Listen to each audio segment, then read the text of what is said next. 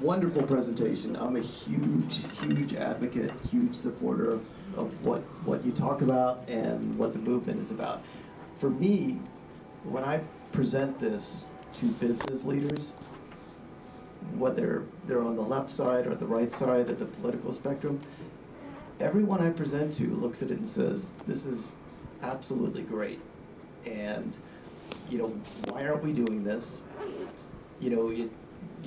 A bank like we're talking about supports local businesses, supports small business loans, supports reduced government spending, supports just about everything people look at and say we want to do. And I look at it and I say, why aren't we there? What's holding us back? If I was to ask specifically, when you present to business groups, chambers of commerce, thought leadership on the business side of our economy, what's holding us back? What are we looking at in terms of the obstacle to get these movements in Santa Fe and in Philadelphia from just being thoughts to really moving forward? Well, I think the first and biggest thing is that they really don't understand how the money system works. And so they just can't believe that they could take their own deposits and leverage that into credit for the system. They think, well, what if we need to spend that money? Where are we going to get the money? In fact, what they can do is what all banks do, which is borrow it from other banks, or there are various ways to, if you're talking about getting into home loans and stuff, you can securitize the same way banks do. In other words, sell those loans off to investors and you save a nice profit off it and you've still got your liquidity. So all the thinking is that by putting it into Wall Street, you've put it into someplace safe and they know what they're doing. But we could do exactly what they're doing with our money and get the profits from it and control where it goes. So that I think that's the biggest obstacle, is just information, but more and more people are realizing that, it's coming up. I think change takes a long time. Thank you, Alan. You are just doing the best service that can be done, I think. But one of the things I was wondering is how much of this information is being used at universities, in the economic departments and so on? Well, not so much. The MMTers are always complaining. The modern monetary theory economists are in the minority, and they're always kind of getting squeezed out. You've got it. Conventional economics is it's sort of a control mechanism, and my feeling is they don't really want this information out because it's through the economists that they control the politicians and the voters and the media. So it's it's kind of like religion. I mean, economics, you could call it a religion, which because it's not really founded on principles that work. I mean, there's a lot of literature against it, but it's hard to change that mindset. So what would be the best way to get it? I mean, how could we get more people who are involved in the larger institutions to pay attention? Well, again, I think it's just a matter of raising the general consciousness. When people demand it, and people know that what they're getting out of school is not what they went for.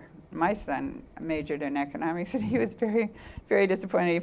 He had a scholarship for graduate school, and he finally dropped out because he just didn't feel that that wasn't what he wanted to get into or what he wanted to learn. Anyway, it seems to me that it's kind of up to the public. The public is generally, like in North Dakota, it was a public groundswell from the farmers that brought about change. It wasn't in the legislature until they formed their own political party.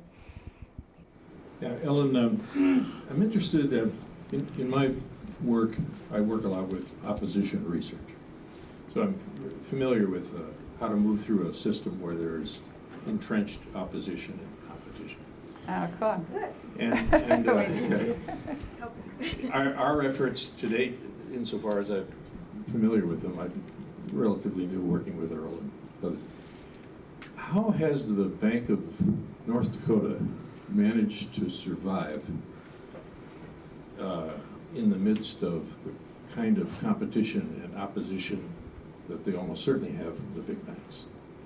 Well, they did have an uphill battle to get funded in the first place because they were trying to get, they did a bond issue and they were trying to sell these bonds to their competitors, the big banks. And they almost lost on that. I mean, they actually were voted out of office, but just as they were voted out of office, they managed to raise enough money to start the banks. So they had this new conservative government that came in that had a bank on their hands, and so they decided to go with it. It was the way it worked out. It was actually kind of good because that government then was very tough on the farmers, which was too bad for the farmers. But they did foreclose and turned it into a viable operation. And then the populists got back in, or the nonpartisan league got back in and did geared it more toward the public interest. But particularly in the last since the 90s, they've just done really well because they've built up a capital base, and now they're spending their own capital. They're not spending the government's money. It's a capital base that they have built up from their own profits. And so if they want to take some risks, like they can afford to do things like student loans and loans that are considered risky. And also, I think they've kept a low profile all the way up until I started writing about it. I mean, around the world, you see like little pockets of like Guernsey and Jersey were printing their own money, but if Bill Still actually went and tried to interview the people in Guernsey about issuing their own money, and they wouldn't talk about it. I was like, we don't talk about that. Kind of in connection with the first question, with obviously the resistance that would be presented by big banks to doing this. Toward the end of your book, in the Public Bank Solution book, you mentioned a kind of a fast track way of moving through the process if you have a motivated municipality or city or state, and that's to buy a bank. Could you speak a little bit about that? What you think? Well, we just actually had a board meeting with and one of our board members is a banker, and he thought that was not probably the best way to go because you still have to, you're changing the purpose of the bank, so you're still probably going to have to go through the charter process, and so you might as well start fresh, and then you don't have to deal with their liabilities and all. Hello, thank you. Hi. I have two questions. I'm just like getting into this stuff, and I'm curious what the things I've read, like the problem with interest, that's like Islamic banking, where they don't charge interest at all because it creates money out of nothing and like can cause environmental degradation. Like, do you see these banks being able to survive, like eventually on charging zero interest loans? Well, the Islamic model, I've actually spoken in Malaysia 4 times at riba-free conferences, which are interest-free, riba being interest. But the way they do it is if you buy the thing through their bank, they'll charge twice as much for principal. So they're still basically getting the money back. They have ways around the rule because you've got to run the bank. You're going to go bankrupt if you don't. So my argument, they always ask me to speak, and I'm talking about public banking, which does involve interest, but my argument would be is riba-free means free of exploitation or fraud or taking advantage. And so if you're charging interest, you need to charge, if you're going to have, for example, a 5% default rate or 4% default rate, you really need to charge 4% interest just to keep the whole system in balance. Because you're going to need to pull some money back because you've just let some money out there that wasn't supposed to be out there. You see what I mean? You've freed up some money, so you pull some back, you're going to come out to, it's all going to balance. So that's one reason that interest isn't a bad idea. It seems to me that interest is also good just as a sort of check on irrational exuberance. If you said anybody can get, let's say we all went to the bank and said, oh, I just know I could do this if I just had $1 million and I'll pay you back in a year. And at the end of the year you say, oh, well, I didn't quite make it, but I'm this close. If I could just have that money for another year, I think I could make it. I mean, everybody's going to want to do that. So you need some limit on, you know, how, on what people get the money for and who gets it and so forth. Okay, yeah, I understand that for like the risk taking, but I see that like if you charge this much, pay me back this much, just and I've heard that it kind of takes less, or they take less risk in loaning, like, but anyways, my Well, second. the interest is definitely too high. I mean, you could lower the interest substantially. Like in North Dakota, I think the student loans are at something like 1.7% variable compared to our whatever 7%. Yeah. I guess my second question is, like, how does the petrodollar fit into this, and like, can a community, defend themselves against, like the, as some people say, the looming petrodollar collapse?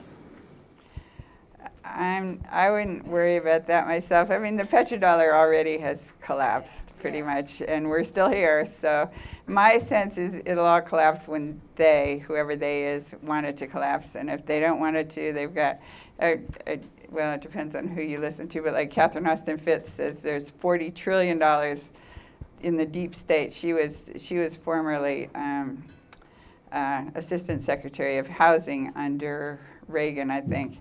And she was watching all this money disappear, and she started reporting on it and got in trouble for it. But anyway, now she lectures. But she says, like, through the military, there's all this money that just disappears. So if they want to prop up the system, they can do it, or not. If they want it to collapse, they'll collapse it. Thanks for being here.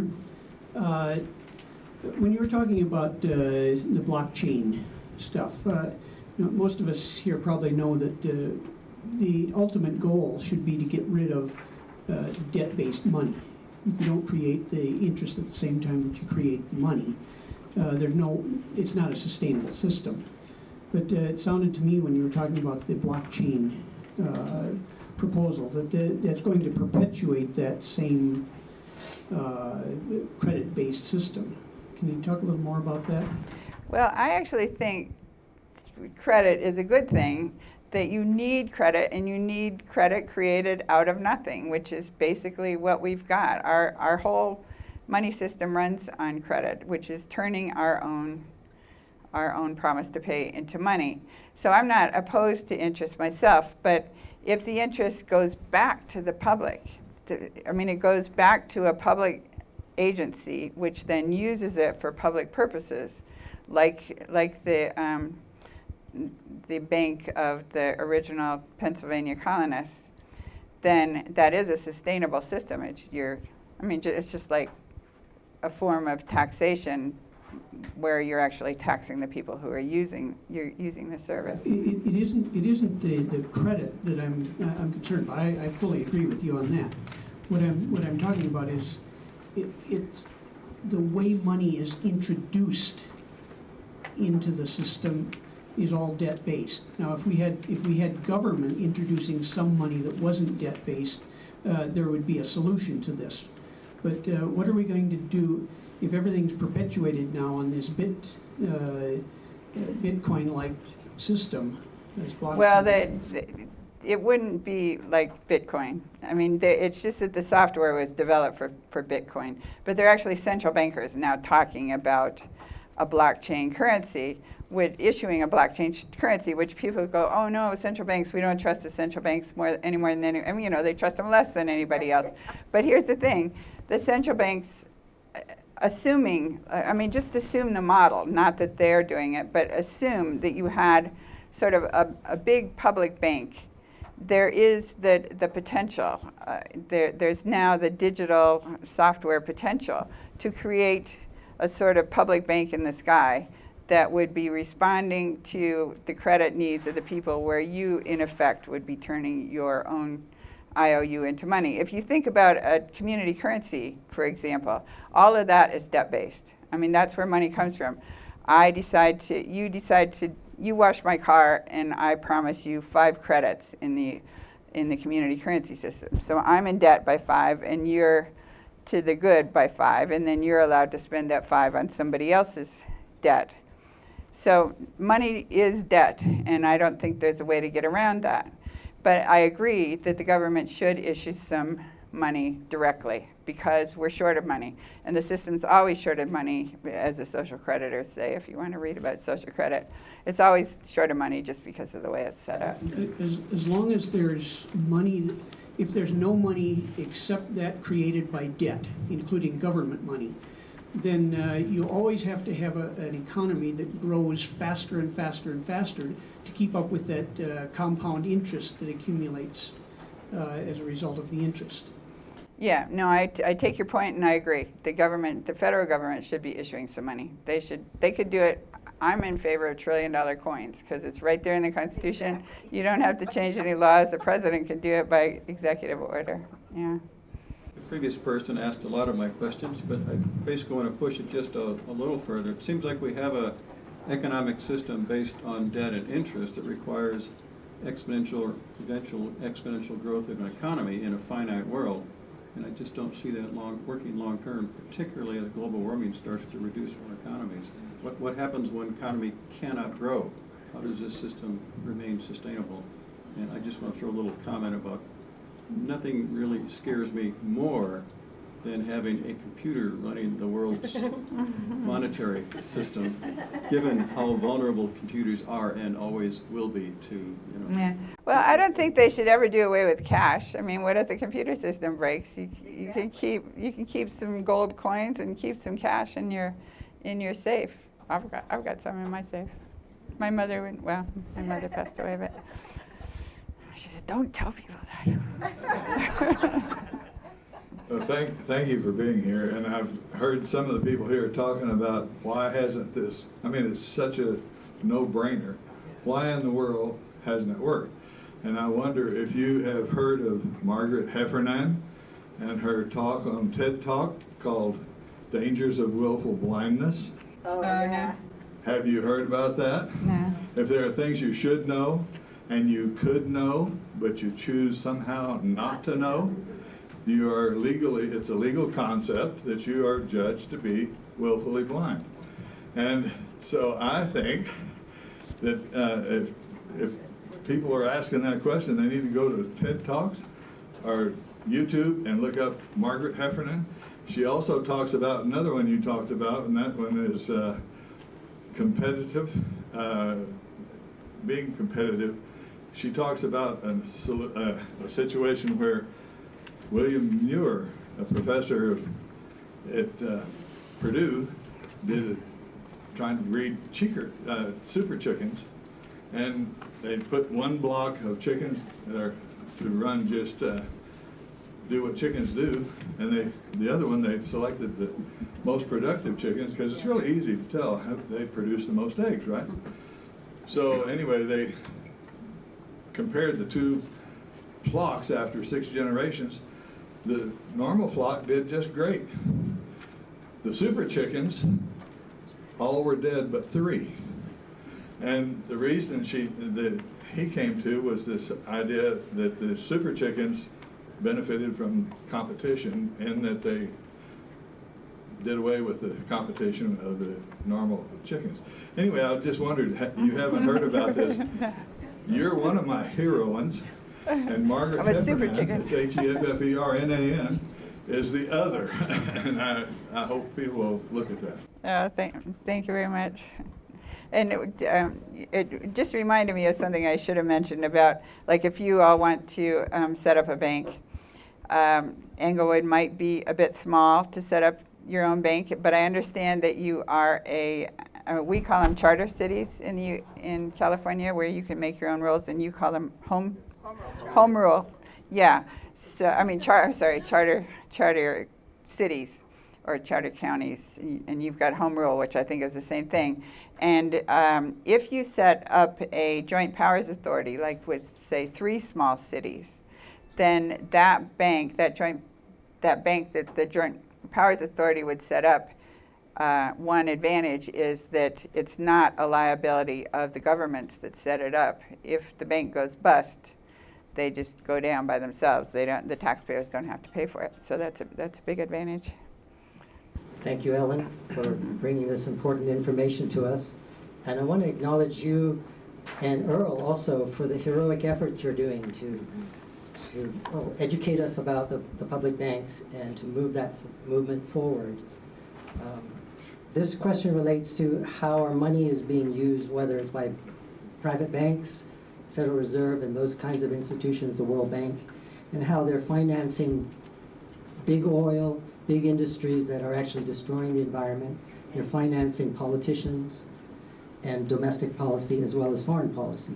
So you mentioned earlier about North Dakota and praising and glorifying North Dakota, but some of us may be aware of what's going on in North Dakota right now with the Dakota Access Pipeline. And this information that I just passed out makes us aware of some of the banks that are financing these kinds of projects that are very destructive to the environment and in violation of human rights as well, native treaties, etc. So we might uphold the model of North Dakota and praise their stellar performance, but what they're doing right now is their militarized police is brutally arresting the protectors of the water and the land. So that's maybe some of us become aware of what's actually happening with the money being used in these banks to fund those kinds of operations. So the question is, how is we as taxpayers and people who have money in these banks, until we can get a state-run bank operating up on the ground and operating, what can we do to divest from over these 30 banks listed in this document, Wells Fargo, Bank of America, Citigroup, and a number of international banks? How can we divest from them to send a clear message, just like we did during South Africa to oppose and speak out against apartheid, or in Palestine, the boycott, divest, and sanctions movement? Because unless we do something with our money, everything will just continue to go on as it has always done. Mm-hmm. Well, of course, you would need some sort of a populist movement because you're going to have to pass a resolution or something. So you're going to have to get a majority of the people to agree with that. But certainly in many areas that might be possible. But then one problem with pulling your money out of the big banks like Wells Fargo is that what do the state and local governments then do with their money? They have huge amounts of money. If they put it, the local community banks don't even want their deposits these days because of the collateral requirement, because they can't really do anything with that money. And they don't have the facilities. Like California, obviously, is huge. I mean, they're somewhere between the 6th and the 8th largest economy in the world. So they need a bank that can do international things and take credit cards and all the big things that the big money center banks do. They need a money center bank. So not only would we need to pull our money out, but we have to have an alternative place to put it, which is kind of a long-term thing. I mean, it's not like you could pass a resolution today and solve that problem. Also about North Dakota, I mean, my sense is they're employing a lot of North Dakotans. So you probably, if you took a vote in North Dakota, it's not clear which way it would go. I mean, they may support fracking as a, you know what I mean? I mean, I totally sympathize with your point. But North Dakota is their own entity, and they have their own values, et cetera. So who knows? I mean, I did see that, I hate to admit this, but the Bank of North Dakota, a loan was drawn out from the Bank of North Dakota to fund the police there, which, you know, people wrote to me and said, see what your bank is doing. But, you know, it was a loan to a government agency, and they've got their rules. If the government agency wants a loan, it's not up to the bank what's going to be done with that money.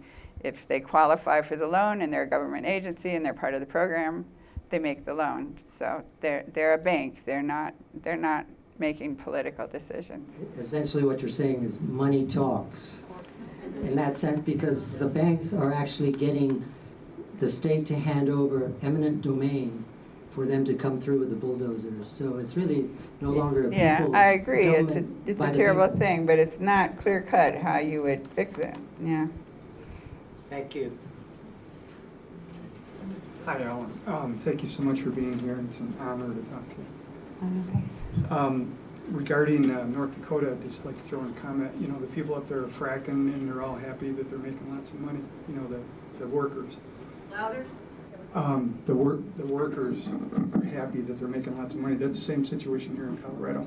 A little closer than mine. Really? Close? Oh, there, now it's Yeah. working. All right. I'm not much of an auditor here, but anyway, it's just the same here in Colorado. People are saying, wow, this is great, I got a high-paying job and all that stuff. But it's kind of like nuclear energy. You know, we get into nuclear energy, oh, free energy is going in. What are the costs going out? Same with fracking, what's going to be the cost of polluting the water table? That's totally not known right now. Anyway, what I'd like to say is you made the comment about North Dakota the bank in North Dakota tries to stay kind of low key. And so I called up there, I wanted to start an account with them. You know, and the whole world would want to start an account with them. You're financially stable, right? So I thought, well, it's a bank, I'll just get on the internet and start an account. And after about a week of trying to do that, I called them and said, what the hell, why can't I start an account? They said, well, they were long pause because they realized I'm one of these kooky people that understand the bank in North Dakota. You know, long pause. And she says, well, if you drive up here to Fargo, we'll let you start an account. Yeah, that's what I said. They don't make it easy. My understanding was you had to be in state, but that's not true. They told me if I'm willing to drive to Fargo, so Okay. I've got that on my list. And that's the thing. They don't have ATMs, You know, this and they is don't a have list of branches. things, it's in here. You'd have to go to Fargo to get your money out. That's the problem. Yeah, that's it's, you know, they're smart people. Well, I suppose you could write a check from anywhere. I don't know. Right. But, so there's a guy in Breckenridge, Colorado named Wayne that tried to start a local currency called mountain money. And he's been doing that for a long time. And a very smart friend of mine, very intelligent guy up there in Breckenridge, I was talking to him. And I said, why aren't you using mountain money, Eric? And he said, are you kidding? Wayne just creates that stuff out of thin air.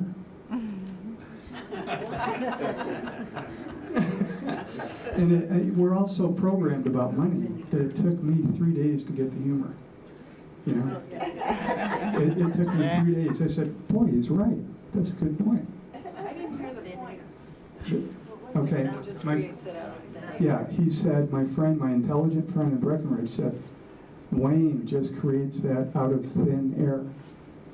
You should explain what the mountain hours are, the It's money. a community It's a currency. community Yeah. money. Yeah, I think we all understand that. Well, the problem with that is just that you can't get like big corporations to accept it, and therefore it's just not Well, as my useful. point is- But if you could do it like in a big digital. There are actually people trying right now. I have a friend who's trying in Europe to connect all these community currency systems so that they are fungible between systems, and he's using basically a blockchain model. So that's what I'm trying to say about this blockchain and the new financial technology that would allow lots of things that couldn't be done before. We could set up a whole system that's independent of government or banks or middlemen of any sort. And then just keep a little few bucks in your safe. Like I say, we're also programmed about money. That I'm going to point out the humor Yeah. for those of us that are more programmed than others. The folks running the show created out of thin air. Right. Yeah. Thin air. Yeah. It took me 3 days to make that statement in my own mind. Yeah. I'm like, wow, Okay. why would we do that? They created it out of thin air. You know, Yeah, and it's yeah. like that's the situation we're in. It's just a group of private banking families that do it. Yeah. Instead of a public sanctioned entity, you know. Yeah. Anyway, this is what I want to get to. Thank you for your patience. So we are living in a place where cannabis and hemp is legal, state of Colorado, the legal corporation called Colorado. And so in this, I happen to know because I'm actually involved in the industry here, in private safes in the Front Range here, there's $1 to $2 billion in cash sitting at this moment. There's so much cash sitting in this Front Range area right now that the DEA is starting to fly in here and do little raids. I know a guy personally that they went in and took $2 million out of the safe. Wow. You know, there's enough money that's worth it for them to fly in and, you know, do some busts, you know. Even though it's all supposed to be legal, you know, we're getting into the fuzzy area now. Mm-hmm. So there's lots of money sitting here in this town, and they would love to have a bank. And they've talked about it. And we actually presented it to the folks that run the show in Washington, and they basically said, the Federal Reserve came up and said, no, we're not going to allow you to do that. You know, nothing to do with legality or anything. Do you have a question? I'm just saying, yeah, Earl, I'll get out of here. Well, I can talk about that. I'm actually, in 2 weeks, I'll be talking in Sonoma about the same thing. They want to set up a marijuana bank for the same reason. They, you know, a bunch of growers around there are worried about that, and we have a bill on, so it's liable to become universally legal legal over 21 in California. And so there are various ways they could get around it. One would be, like, you've got home rule, we've got charter cities who could arguably set up a bank, take the money, and put it in the Federal Reserve.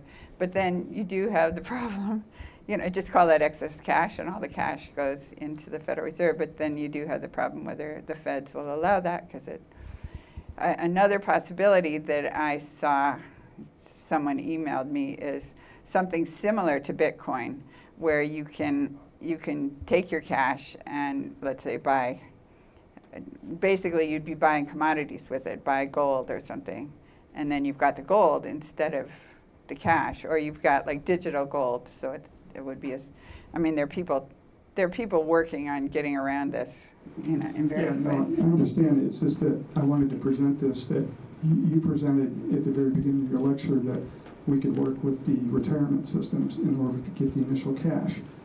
And my point is that when you're dealing with the government entities, it might be a lot easier to deal with the real people here that have $2 billion in their safe, and try to appeal with them and not ask for permission from the big boys. Yeah. Perfect. So local efforts. When I look at local efforts, one of the things that I wonder is, and I love the Public Banking Institute. I get your emails, and again, everything I read, I look at and say, this makes total sense. But I also wonder, is the word public maybe part of the disconnect with getting some of these initiatives pushed forward? And would it make sense to maybe rebrand with infrastructure bank or partnership bank? Demos has, and I love the book, the Public Banking Solution, but Demos has maybe a 10 or 17 page, I mean, it's a pretty short little PDF that walks through so much of what makes sense about public banking, and they call it they call it partnership banking, and I wonder if that might be part of the disconnect. Mm-hmm. Well, I would agree. I mean, I've heard that before, and you know, actually we had Matt Taibbi at a conference, and he charged us a big sum of money for that. And later, he didn't realize we were talking about public banking. He said, "Oh, I thought you were a bank." So, you know, there is and public also means like publicly traded. So a public corporation is one that's publicly traded on the stock market. So there is confusion there. But I think the term is getting more and more familiar to people, and you do hear about public banking, whereas you don't hear about partnership banking. I mean, Demos has great research, but they haven't really, I don't think they've actually gotten their idea out there as much. I mean, to most people, public means we the people. So, but I agree, there's an issue. That is there's a disconnect right now in terms of what government can provide, and government does so many good things, but there's so infrastructure. much. Infrastructure bank also, I've heard people say, no, don't call it an infrastructure bank, because those are bond banks where they're issuing bonds and you know, basically the big banks buy them up and they get the profits off it, and that's not what we want to do. We want to keep the profits. So we need some other label, maybe a public infrastructure bank, or How about People's Banking? I like that, yeah. People's Banking. It's already a corporation. But it still sounds private. It's not clear that it's. And my particular concern is, what do you do with the government's money? It's not even us, you know, it's our local governments could be saving a lot of tax money by having their own bank, and they could actually have a safer place to put their money. And if you could just give us a quick recap on in Philadelphia and in Santa Fe, what are the obstacles now? You've got momentum, but what are the obstacles, and is it difficult to do? I mean, that might be part of, you know, kind of the overall question is, even when you have supporters, is it a difficult, you know, maneuver to actually efficiently move forward? Well, there are a lot of questions that come up because it's never happened before. So you've got a totally different animal. So there's a rule now that any new bank has to have FDIC insurance. And of course, Bank of North Dakota doesn't have FDIC insurance. And their argument is we don't need it. We've got way more than $250,000. It's not going to do us any good. So can we make the argument that we're a different animal and therefore we don't need FDIC? You know, there are a number of rules that you've got to get around. But right now in New Jersey, the man who's most likely, or he's the favorite for governor right now, is Phil Murphy, and he was a Wall Street banker. And he immediately, as soon as he heard of this idea, he picked right up on it and he said, I can make that bank profitable. And so his platform is that he is going to fund New Jersey's educational system and infrastructure and all those things they need through a public bank. He's going to set up a public bank. And so they are liable to be the first ones to do it. And I would say the reason is he was a Wall Street banker, so he gets it. And I know another Wall Street banker who was also is a politician. He said the same thing. I could make that bank profitable in 3 months. You know, they get it. They understand how banks work and what we're giving up by not having our own bank. So I think that's a lot of it is public awareness. Hopefully we're talking to a lot of those Wall Street bankers that can take the lead with it. I love what you do, well. Thank you. Thanks for the session, and I'm looking forward to reading your book. And you mentioned the California Profit Sharing Plan, which is probably the biggest investment account, did you say, in the country, bigger than some countries, the Public Employees Profit Sharing Plan? Oh, no, I was just talking about the pension funds, $500 billion in their pension funds. So, yeah, they are the biggest public pension funds. Yeah, the one in Colorado is also the biggest single account in the country, the Public Employees Profit Sharing Plan. Mm-hmm. And then next to that is or maybe bigger, is the employees, or is our annual taxes that they collect from us, and then that float around to the bank until they spend the money. They get all the money at the beginning of the year, and they have that float all during the year. Mm-hmm. So those two accounts are huge, and those are under attack all over the country, even by other countries that are trying to come in and sell bonds to our state treasurers. They're trying to sell foreign bonds to our state treasurers. Here in Colorado, we had a law passed, and there have been laws like this passed all over the country that allows a certain state in the Middle East to sell bonds to the treasurer of the state of Colorado. The country involved has been bankrupt and has already gone through one busted currency. And that bill in Colorado was defeated, or wasn't defeated, it passed, but it was amended by the efforts of a few people, and maybe somebody's here who's in on it. And it was amended to say that the country involved had to have a sufficient credit rating to meet the standard of anybody else who the state invested in. Otherwise, even not having the credit rating, they could have sold the bonds to the state. That was done in 2014. And so I'm sure this is going on all over the country. Can you tell us a little bit, and by this, it is the state of Israel, by the way, that sponsored that law, heavily lobbied here in the legislature, and about 20 people stood up against it, and one senator in the state named Johnson made the difference. He actually required an amendment that required it to meet the standard of the Standard & Poor requirement of any other investment. And so if the state of Israel can talk Standard & Poor into giving them two-notch improvement, then they can sell bonds into our money. That couldn't happen with your bank. That's right. Right? Yeah, and the Bank of North Dakota does make loans to the state, but the state also issues bonds. And you might ask, why is that? You know, why don't they do everything through the Bank of North Dakota? But my sense would be that the Bank of North Dakota only does safe, conservative banking. And so if you've got a bond issue for something that they don't want to float, you're going to have to go out in the private market, and that's fine. But yeah, we're just proposing this model as an alternative to bonds, because that's where the government tends to fund their infrastructure, and it's always very pricey, like 50%. But all that public money would then be deposited in the private, in the public bank, right? Yeah, so you're talking about the float of the taxes that's the money that you're going to put in your public bank, instead of giving it away to Wall Street to leverage, you're going to leverage it. Well, I guess you leverage capital, but anyway, you're going to turn those deposits into credit. Yeah.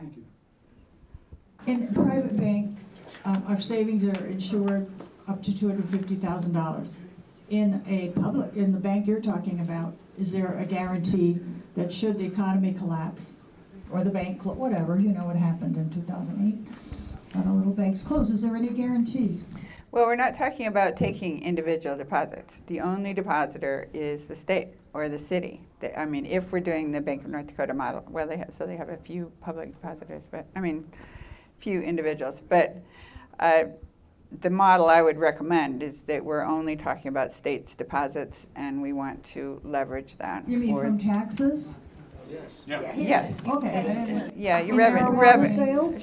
Sure, revenues of every sort, fees, et cetera, would go into the bank and instead of going to Wall Street, and then we'll use it for the benefit of the people. So $250,000 is not going to help, because you're going to have a lot more than that from one depositor, which would be your city or your state or whatever.